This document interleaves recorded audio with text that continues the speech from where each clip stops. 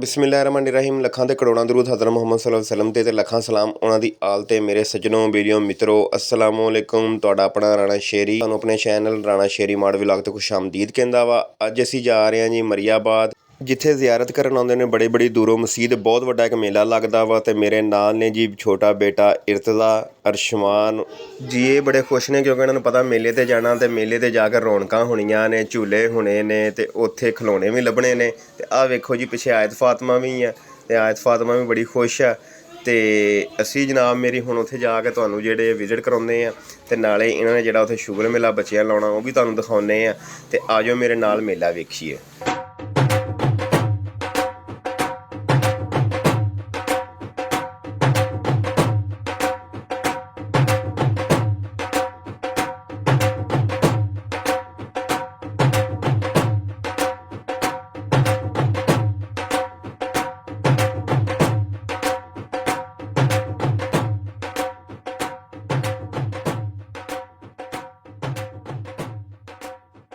ਲਓ ਮੇਰੇ ਮਿੱਤਰੋ, ਅਸੀਂ ਮੇਲੇ ਤੇ ਪਹੁੰਚ ਗਏ ਮਰੀਆਬਾਦ। ਤੇ ਮੇਲੇ ਤੇ ਪਹੁੰਚਦੇ ਖੱਬੇ ਹੱਥ ਆ ਸਾਨੂੰ ਇੱਕ ਝੂਲਾ ਨਜ਼ਰ ਆਇਆ ਜੰਪਿੰਗ ਵਾਲਾ, ਤੇ ਬੱਚੇ ਜਨਾਬ ਨੱਸ ਕੇ ਜੰਪਿੰਗ ਵਾਲੇ ਝੂਲੇ 'ਤੇ ਪਹੁੰਚ ਗਏ।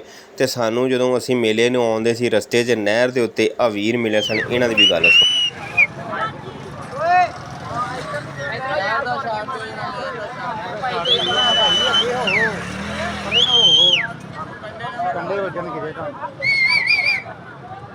ਜੀ ਹਰ ਮਜ਼ਹਬ ਦੇ ਜਿਹੜੇ ਮੰਨਣ ਵਾਲੇ ਹੁੰਦੇ ਨੇ ਉਹਨਾਂ ਨੂੰ ਆਪਣੇ ਅਕੀਦੇ ਦੇ ਉੱਤੇ ਯਕੀਨ ਹੁੰਦਾ ਵਾ ਤੇ ਇਸ ਯਕੀਨ ਹੀ ਕਾਮਲ ਹੁੰਦਾ। ਆਹ ਵੇਖੋ ਇਹ ਵੀਰ ਜਿਹੜੇ ਨੇ ਇਹ ਬੇੜੀਆਂ ਪਾ ਕੇ ਤੇ ਜਾ ਰਹੇ ਸਨ ਮੇਲੇ ਤੇ ਪੈਦਲ। ਤੇ ਮੈਂ ਇਹਨਾਂ ਨੂੰ ਖੜੇ ਕਰਕੇ ਤੇ ਇਹਨਾਂ ਦੀ ਵੀਡੀਓ ਬਣਾਈ ਹੈ। ਦੇਖੋ ਉਹਨਾਂ ਨੇ ਬੇੜੀਆਂ ਪਾਈਆਂ ਹੋਈਆਂ ਨੇ ਤੇ ਮੇਲੇ ਤੇ ਜਾਂਦੇ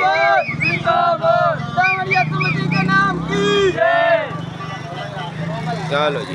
ਲਓ ਜੀ ਹੁਣ ਰੁੱਖ ਕਰਦੇ ਹਾਂ ਮੇਲੇ ਵੱਲ ਦਾ। ਤੇ ਮੇਲਾ ਜਿਹੜਾ ਉਹ ਖ਼ਤਮ ਹੋ ਚੁੱਕਿਆ ਸੀ ਕਿਉਂਕਿ ਅਸੀਂ ਆਏ ਹਾਂ ਐਤਵਾਰ ਦੀ ਸ਼ਾਮ ਨੂੰ। ਤੇ ਐਤਵਾਰ ਦੀ ਸ਼ਾਮ ਨੂੰ ਆਉਣ ਦੀ ਵਜ੍ਹਾ ਤੋਂ ਇੱਥੇ ਮੇਲੇ ਤੇ ਕੋਈ ਸ਼ੈ ਨਹੀਂ ਸੀ ਤੇ ਰੜਾ ਮੈਦਾਨ ਪਿਆ ਸੀ। ਲੋਕੀ ਆਪਣਾ ਸਮਾਨ ਜਿਹੜਾ ਸਮੇਟਣ ਦੇ ਸੀ ਤੇ ਘਰਾਂ ਨੂੰ ਜਾਣ ਦੀਆਂ ਤਿਆਰੀਆਂ ਕਰਨ ਦੇ ਸੀ। ਇਹਨੂੰ ਜੀ ਮੈਦਾਨੇ ਮਰੀਮ ਕਹਿੰਦੇ ਨੇ। ਤੇ ਇੱਥੇ ਸਾਹਮਣੇ ਵੇਖ ਲਓ ਉੱਚੀ ਜਿਹੀ ਜਗ੍ਹਾ ਜਿਹੜੀ ਉਹ ਸਲੀਬ ਲੱਗੇ ਹੋਏ ਨੇ ਤੇ ਇੱਥੇ ਬਹੁਤ ਜ਼ਿਆਦਾ ਰਸ਼ ਹੁੰਦਾ, ਲੇਕਿਨ ਇਸ ਟਾਈਮ ਇੰਨਾ ਰਸ਼ ਕੋਈ ਨਹੀਂ। मेला उजड़ गया होड़ जानते हैं ये मरयाबाद का मेला है। हम यहाँ मस्ती कर रहे हैं। हमारी पार्टी हो रही है। हमारी पार्टी हो रही है। God bless you। जी ये मंचले सन अपना इंजॉय करते हुए।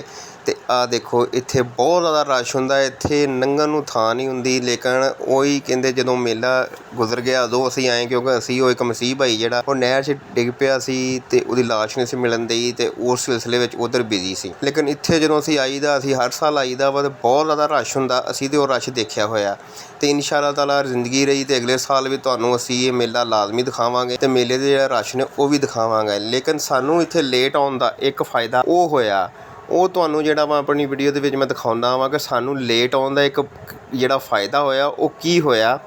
ਉਹ ਇਹ ਹੋਇਆ ਕਿ ਇੱਥੇ ਰਸ਼ ਬਹੁਤ ਜ਼ਿਆਦਾ ਹੁੰਦਾ ਤੇ ਆਹ ਜਿਹੜੀ ਜਗ੍ਹਾ ਅੰਦਰ ਇਹਨਾਂ ਦੀ ਇਬਾਦਤਗਾਹ ਵਾ ਇੱਥੇ ਬੰਦਾ ਜਾ ਨਹੀਂ ਸਕਦਾ। ਜਦੋਂ ਰਸ਼ ਹੁੰਦਾ ਇੱਥੇ ਬਹੁਤ ਜ਼ਿਆਦਾ ਲੰਮੀ ਲਾਈਨ ਲੱਗੀ ਹੁੰਦੀ ਤੇ ਬਹੁਤ ਜ਼ਿਆਦਾ ਇੰਟਰੈਂਸ ਵਿੱਚ ਮਸਲਾ ਹੁੰਦਾ ਬੰਦੇ ਦੇ ਤੇ ਇੱਥੇ ਜਾਣਾ ਬਹੁਤ ਜ਼ਿਆਦਾ ਮੁਸ਼ਕਲ ਹੁੰਦਾ। ਲੇਕਿਨ ਕਿਉਂਕਿ ਮੇਲਾ ਜਿਹੜਾ ਉਹ ਖ਼ਤਮ ਹੋ ਗਿਆ ਸੀ ਤੇ ਰਸ਼ ਕੋਈ ਨਹੀਂ ਸੀ ਤੇ ਮੈਂ ਬੱਚਿਆਂ ਨੂੰ ਲੈ ਕੇ ਗਿਆ, ਇਹਦੇ ਅੰਦਰ ਚਲਾ ਗਿਆ।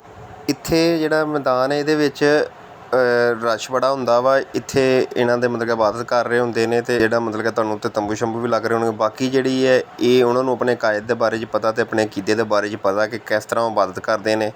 ਮੈਂ ਸਿਰਫ ਤੁਹਾਨੂੰ ਦਿਖਾਵਾਂਗਾ, ਇਸ ਬਾਰੇ ਵਿੱਚ ਕੋਈ ਵੀ ਰਿਵਿਊ ਜਾਂ ਕੋਈ ਵੀ ਆਪਣੇ ਖਿਆਲਾਤ ਦਾ ਇਜ਼ਹਾਰ ਨਹੀਂ ਕਰਾਂਗਾ।